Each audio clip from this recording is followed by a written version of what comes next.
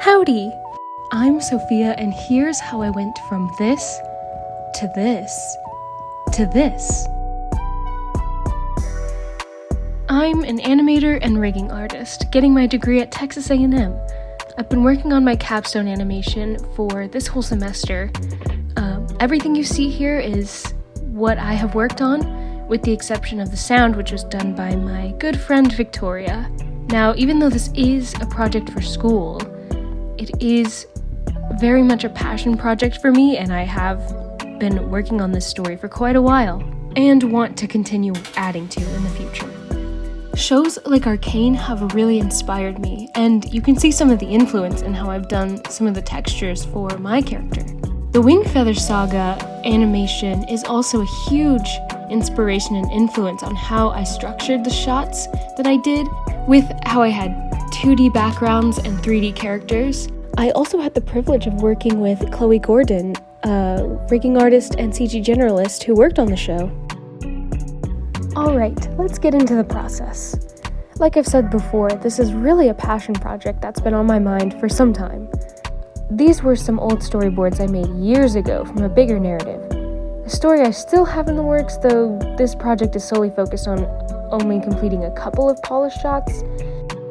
These storyboards are more for me to get my ideas out there and later refine once I start thinking more about how I would actually do these shots in 3D. So things like her looking through the bottle I had to scrap for the project. Glass is notorious for being difficult to render, especially with me going with this unique style. I eventually scrapped the bottle completely for all the shots that I did.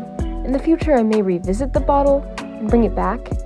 The cloak is also another element that, for the sake of time, I had to cut.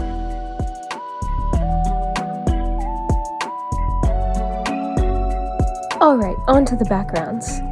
Originally, the plan was to make the entire short and complete that in the semester, but that was way too much for me to do, so I scoped it down to just 2 shots. I made some proxy sets in Maya super quickly so that I could take a screenshot of the camera angle that I liked and bring it into Procreate to make sure that the backgrounds matched the 3D parts of the animation. I made sure to use a lot of references of films I liked, as well as art that was similar to what I wanted to create. I added more and more detail to make sure everything was at the level that I wanted it to be, and eventually started splitting it up into different layers so that it would work in a 3D space. Lastly, I added footprints and made sure they lined up exactly with her feet. The character is one of the main parts of this whole project. I made sure to have a head start on it before the semester even started, but after getting a lot of feedback about her model, I took it into Blender from Maya to fix it up with sculpting. In order to get the look I was going for, I imported the finished character model into Procreate to paint the textures onto the mesh. I then took this into Blender and played around with the shaders to get exactly what I wanted.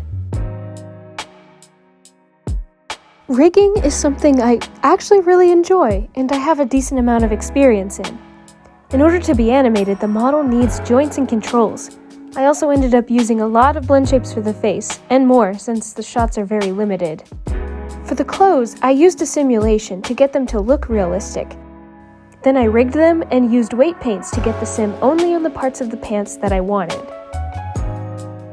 For the animation, I ended up working on it alongside the rigging, though this meant that I had to go back and fix some things if the rig changed at all. I worked on the animation in a normal workflow, starting with the simple poses and later refining the details and timing. After all of that, I put it together in Blender, combining the animation with the backgrounds and adding line art with grease pencil. At first it was looking a little strange, but I added her shadow to put her more into the world. Compositing was the thing that I knew least about, so I learned a whole lot. I ended up splitting up the scene into different layers and rendering them in Blender using the compositing nodes. Later I took this into After Effects to get the heat wave effect. And without further ado, here's the completed project.